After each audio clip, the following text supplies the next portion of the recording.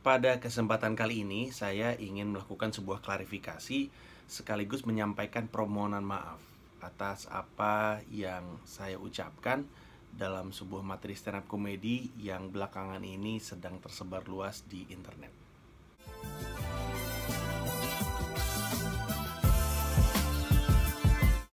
Tapi sebelum sampai ke sana, saya mau membahas sesuatu. Belakangan ini saya sering ditanya terkait materi stand up komedinya Ge Pamungkas dan juga Joshua Suherman yang dianggap melakukan penghinaan terhadap agama. Saya ditanya pendapatnya seperti apa, kemudian saya ditanya seharusnya seperti apa, kemudian ada juga yang memuji saya, ada yang bilang kalau stand up kayak Panji dong, tidak melakukan penghinaan terhadap agama dan segala macamnya. Nah, dalam satu kesempatan saya mencoba untuk menjelaskan opini saya terhadap apa yang G dan Joshua lakukan. Dan saya utarakan itu di Twitter, dan itu banyak tidak diterima dengan baik oleh masyarakat. Banyak yang mendukung saya, ada yang memuji apa yang saya sampaikan, tapi tidak sedikit juga yang protes. Dan akhirnya saya juga jadi, dalam istilahnya, kena hardik, kena serang, baik itu di Twitter maupun di Instagram, kelihatannya juga mungkin di YouTube. Padahal saya niatkan untuk mencoba untuk menjelaskan dan menerangkan. Saya tidak mencoba untuk membela G, nggak mencoba untuk membela Joshua. Sebenarnya yang saya bela, kalau ada, itu adalah stand up komedinya sendiri. Saya ingin menjelaskan sama orang seperti apa stand up komedi, dan kenapa hal-hal seperti ini terjadi terus.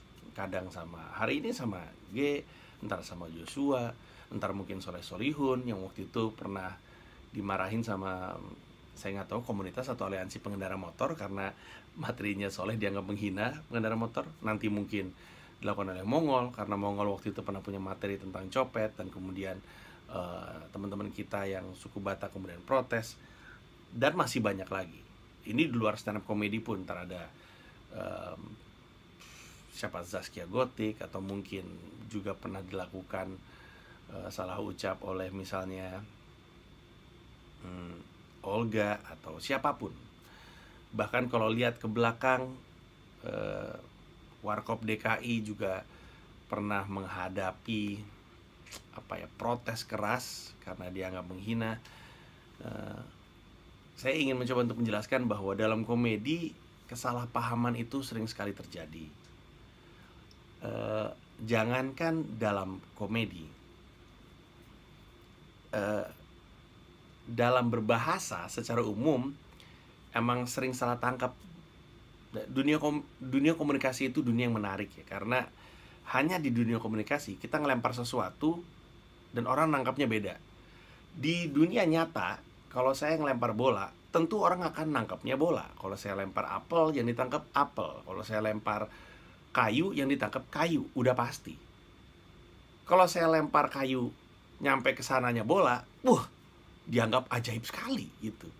Tapi di dunia komunikasi itu sering sekali terjadi bahwa apa yang kita lempar bukan apa yang orang tangkap. Saya ambil contoh sederhana. Misalnya ada suatu kalimat. Kalimatnya adalah, saya datang untuk memberitahu. Oke, ada dua orang yang mendengarkan. Ini dua orang bisa menangkap dua hal yang berbeda terhadap satu kalimat yang sama. Kenapa? Karena yang satu nangkapnya saya datang untuk memberitahu, dia pikir bahwa tahu beneran.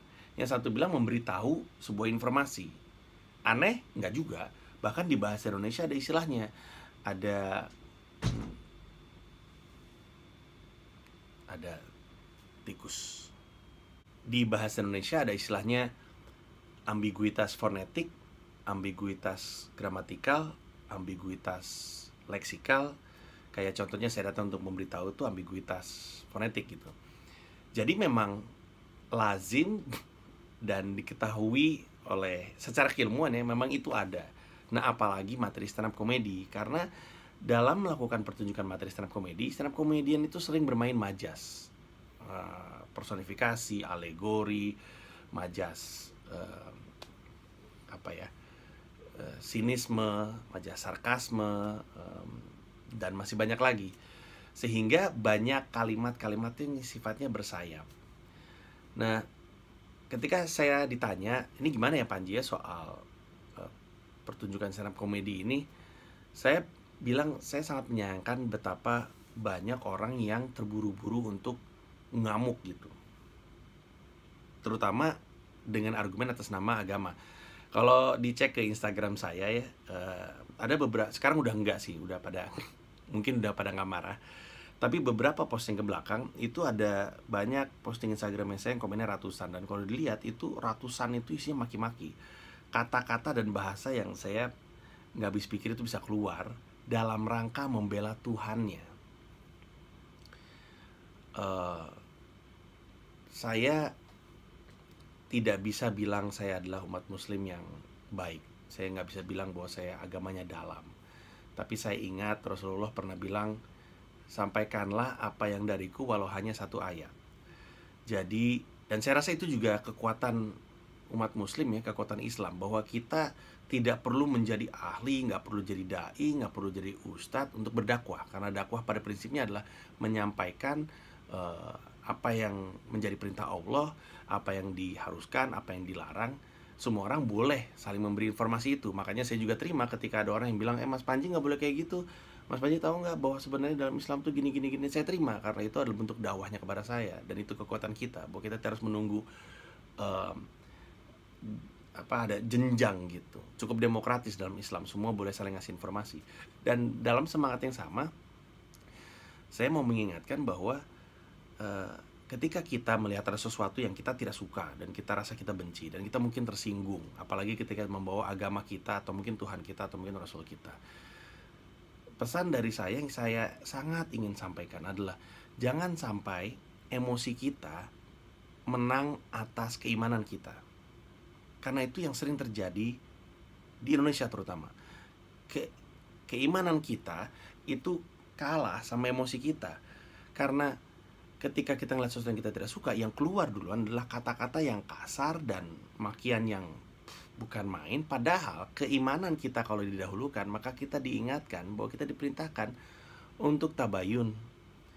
Di surat An-Nisa kalau nggak salah, mohon maaf kalau saya salah ya, tapi ada kalimat kurang lebih, kalau kamu berjalan di jalanku atau pergi di jalanku, jalan Allah Subhanahu wa taala, maka tabayunlah gitu.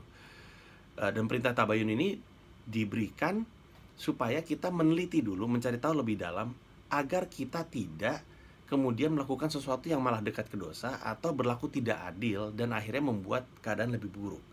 Diperintahkan oleh Tuhan kita langsung untuk bertabayun. Nah, cuman kan mungkin orang bilang, nggak perlu tabayun, orang saya udah jelas itu kok, penghinaan gitu. Tapi kan lagi-lagi kita diingatkan bahwa kita harus mengedepankan berprasangka baik atau husnuzon. Jadi ketika ada orang mengucap, udah pasti salah, udah kalimatnya udah jelas gitu, itu kan berarti lagi-lagi tidak mengindahkan apa yang diperintahkan, bahwa emosinya lebih depan daripada keimanannya gitu. Makanya saya mau mengingatkan untuk tidak berlaku seperti itu. Dan kalau kita ngeliat ada orang yang mengaku Islam, kemudian dia maki-maki, marah-marah, mengatakan kata-kata kasar atau mengancam membunuh, mengatakan darah seseorang halal karena dia merasa dia membela agamanya, maka sadari lebih maju daripada imannya adalah emosinya. Karena kalau keimanannya ada di depan, maka dia diingatkan untuk selalu husnuzon dan tabayun, berdialoglah. Dan itu yang sebenarnya saya selalu ingin lakukan. Bahkan saya ingin ceritakan dan contohkan apa yang terjadi. Jadi hari ini, tanggal 18 Januari 2018, saya dipanggil ke kantor redaksi harian Pos Kota untuk berdialog. Nah, saya dikasih tahu bahwa ternyata ada materi stand up comedy saya yang dianggap menyinggung. Terus terang saya tadinya tidak menyangka, teman saya pengen tahu mana yang dianggap menyinggung. Kemudian saya sadar ada materi stand up comedy saya yang lagi viral, lagi disirkulasi orang di luar izin saya, ngebajak sih tepatnya, karena datangnya dari pertunjukan saya yang sebenarnya untuk kebutuhan rumah gitu ya, home usage, tapi kayaknya dipotong terus diviralin. Untuk kebutuhan apa saya nggak tahu, tapi dalam stand up comedy tersebut saya ngebahas soal ada ustadz lagi Jumatan dalam khotbahnya membahas berita kriminal, kemudian saya kaitkan dengan koran atau harian Pos Kota. Dan dari harian Pos Kota merasa perlu dijelaskan karena ini ada kesan menyinggung, ada ketersinggungan, dan datangnya bukan cuma dari satu dua pihak. Saya harus berhadapan dengan pihak dari redaksi harian Pos Kota karena mereka mewakili jajaran wartawan, karyawan, dan segala macamnya. Nah, ketika saya mendapatkan panggilan, saya merasa ini peluang yang sangat baik. Betapa jarangnya orang tersinggung kemudian pengen ngobrol dulu dengan yang dirasa menyinggung. Jarang sekali. Dan itu yang terjadi pada hari ini. Saya datang, saya duduk bareng, saya mencoba untuk menjelaskan bahwa maksud, dan saya sama sekali tidak menyangka joke itu tidak diarahkan untuk menyerang kantor media, tapi diarahkan untuk mengingatkan kita bahwa terlalu banyak di Indonesia orang ingin melakukan dakwah dengan mengedepankan ketakutan dan pendekatan yang kasar dan mungkin provokatif gitu. Arahnya sebenarnya ke sana, tapi ketersinggungan ya datang dari arah yang berbeda, sesuatu yang saya tidak menyangka. Dan karena itu saya sadar, oh, saya nggak nyangka bahwa ketersinggungannya sampai ke sana gitu. Makanya saya dialog dan saya sadari kesalahan saya. Walaupun memang yang saya maksud sama sekali tidak ke arah sana, bahwa ketika saya melakukan atau menulis materi stand up comedy itu saya riset, saya pengen tahu sebenarnya di benak masyarakat top of mind-nya ketika ngomongin harian yang beritanya kuat di berita kriminal itu apa, dan jawabannya saya dapatkan dari masyarakat. Yang muncul adalah Pos Kota top of mind-nya, dan saya tidak berhenti di situ. Saya melakukan riset sendiri, saya buka harian Pos Kota dan saya menemukan artikel di harian Pos Kota bahwa pembacanya sendiri yang bilang dia suka nih baca koran Pos Kota karena berita kriminalnya terdepan dan berbeda. Wah, pembunuhan, ada pemerkosaan gitu. Dalam istilahnya berdarah-darah. Bahkan kata orang ini nih yang diwawancara oleh jurnalis Pos Kota dan diterbitkan di Pos Kota, orang ini bilang ibarat kata nih koran Pos Kota kalau diperas yang keluar darah. Saya, waduh, bagi saya langsung, ini Pos Kota hebat juga ya, berani untuk mengangkat seperti itu gitu. Dan saya jelaskan, dan dari pihak Pos Kota juga nggak apa-apa. Kami memang paham itu emang salah satu top of mind-nya masyarakat. Tapi ketika mulai membandingkan, ketika mulai dianggap bacaan yang salah, padahal maksud saya tidak seperti itu ya. Maksudnya salah kalau orang baca koran tuh baca kriminalnya doang gitu, kan ada bagian lain dalam sebuah koran. Atau salah ketika dianggap koran satu doang yang dijadiin acuan, bacalah beberapa koran yang lain. Tapi saya sadar kesalahpahaman sangat mungkin terjadi karena masalah persepsi itu tadi. Dan ketika saya menyinggung orang tanpa saya sengaja, maka diwajibkan buat saya ya, saya rasa, untuk bertanggung jawab dan meminta maaf. Dan itu yang saya lakukan kali ini. Dengan itu izinkan saya untuk berterima kasih dan sekali lagi meminta maaf kepada Bapak Toto Irianto selaku Pemret Harian Pos Kota dan juga Direktur Utama Pos Kota, juga kepada Bapak Kamsul Hasan selaku wartawan senior dan juga pengacara dari Pos Kota, juga kepada Bapak Dimas Supriyanto selaku redaksi seni dan budaya harian Pos Kota, dan juga kepada Bapak Sutio selaku sekretaris redaksi harian Pos Kota. Terima kasih atas kesempatan dialognya, dan saya sampaikan permohonan maaf juga kepada seluruh jajaran wartawan dan karyawan di harian Pos Kota. Tidak dalam niat saya untuk melakukan penghinaan ataupun merendahkan. Dan terima kasih, permohonan maaf saya juga pada saat itu ketika ketemu sudah diterima. Dan saya mau menggunakan kesempatan ini untuk mengajak masyarakat mencontoh apa yang harian Pos Kota lakukan kepada saya. Betapa jarang kita ketemu pihak atau orang yang ketika merasa tersinggung memutuskan untuk berdialog dulu. Betapa berharga peluang itu. Dan ini yang saya ingin angkat dan ingin saya ceritakan dan ingin saya sebarluaskan, supaya di kedepannya nanti dari kedua pihak punya cara baru dalam mengatasi konflik perbedaan pendapat. Yang merasa tersinggung ingin bertemu untuk berdialog, yang dirasa menyinggung tidak lari dari tanggung jawab tersebut dan datang untuk berdialog. Dengan itu, kekhawatiran banyak stand up comedian di Indonesia tidak perlu ada lagi. Karena saya tahu ada banyak sekali stand up comedian datang ke saya mengatakan, saya resah, saya nggak bisa ngomong apapun yang jadi keresahan saya nih, karena dikit-dikit menyinggung. Saya mesti ngomong apa kalau keresahan saya menyinggung, terus ya gimana dong gitu. Dengan ini kita bisa sama-sama punya solusi yang baik, bahwa seharusnya Indonesia tidak mengharapkan stand up comediannya untuk mengganti dan mensensor dan melimitasi materinya. Tapi Indonesia bisa berharap bahwa cara Indonesia mengatasi konflik perbedaan pendapat, mengatasi ketersinggungan, itu berubah, yaitu dengan mengedepankan dialog. Saya ulang, diharapkan Indonesia itu tidak membatasi pelawaknya, karena kalau misalnya pelawak nggak boleh ngomong ini, pelawak nggak boleh ngomong itu, cuman boleh ngomong A, B, C, D, E. Tapi apapun bisa menyinggung. Nanti saya ngomongin belahan rambut belah polem itu jelek, ntar ada yang tersinggung, nggak boleh ngomong rambut polem. Nanti saya pengen ngomongin soal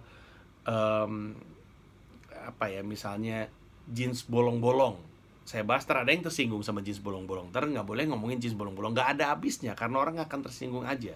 Dan diniatkan tentunya tidak pernah untuk menjelek-jelekan. Kami menggunakan kata-kata dan menggunakan lawakan-lawakan ini untuk membuat orang tertawa niatnya, untuk menghibur, itu niat kami. Tapi ketika itu terjadi, ketika ada orang tersinggung, maka cara Indonesia mengatasi perbedaan itu, mengatasi ketersinggungan itu adalah dengan mengedepankan dialog. Mengedepankan dialog. Sehingga dengan itu kita tahu bahwa dua pihak ini sebenarnya sama-sama niat baik, sama-sama punya keinginan untuk mengatasi permasalahannya. Ini berharga sekali karena seperti yang kita tahu, di Indonesia lebih banyak orang ingin merasa benar ketimbang menjadi benar. Karena untuk menjadi benar, orang harus ada pertemuan, harus ada dialog. Tapi untuk merasa benar, ya tinggal ngoceh sendirian aja. Dan itu yang dicontohkan oleh Pos Kota, dan itu yang saya rasa berharga. Dan itulah kenapa saya ingin membahas ini di video ini. Dan itu juga kenapa saya berterima kasih atas kesempatan yang diberikan.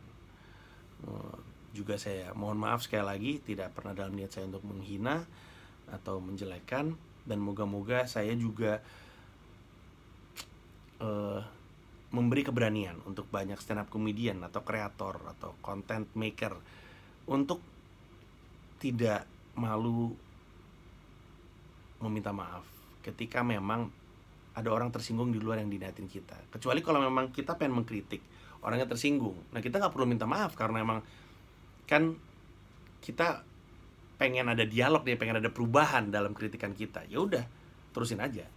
Tapi ketika ada orang lain yang tidak disangka tersinggung di luar yang kita rencanain, ini kita lagi ngomongin A nih, tiba-tiba yang tersinggung ini, kalau emang kita blindsided, minta maaf aja, nggak apa-apa. Karena meminta maaf tidak membuat kita lemah. Meminta maaf tidak berarti kita salah. Meminta maaf tidak selamanya berarti kita menyesal dengan omongan kita. Meminta maaf itu sesederhana menjaga perasaan orang. Dan cara kita untuk bilang bahwa tidak dimaksudkan untuk saya melakukan itu, bahwa saya salah ditangkapnya, tapi dalam benak saya yang saya sampaikan itu benar. Meminta maaf itu adalah pintu dialog. Moga-moga ini diterima oleh banyak orang, karena saya tahu saya aja akan selalu terbuka peluang untuk membuat orang tersinggung. Itu akan selalu ada, bukan karena niat saya, karena memang persepsi itu tadi. Orang sejauh yang saya tahu ya, saya itu orang Indonesia pertama yang materi stand up-nya di YouTube tuh dianggap menghina agama. Setahu saya tuh saya tahun 2011 saya diuploadin materi saya stand up, dan di situ saya udah dianggap menghina. Tapi andaikan ada orang meneliti stand up saya lebih lanjut, maka mereka akan sadar setiap tahun dalam stand up saya selalu membawa Islam. Dan tidak dalam niat menghina, karena saya harus mengakui ada sebuah rasa penasaran yang besar sekali terhadap agama, terhadap Islam, terhadap Allah Subhanahu wa Ta'ala, dan apa yang Rasulullah perintahkan dan sampaikan. Saya punya itu. Setiap kali saya mau bikin konser tuh yang saya baca ya Quran. Bahkan kalau nonton stand up saya selalu mencoba untuk mengutip ayat suci banyak. Karena ya itu tadi, sampaikanlah apa yang datang dari saya walaupun hanya satu ayat. Saya ingin jadi bagian dari orang yang menceritakan keresahan saya dalam semangat yang sama, ingin mencoba untuk berbagi apa yang saya rasa saya tahu tentang Islam gitu. Karena dalam Islam sekali lagi demokratis gitu.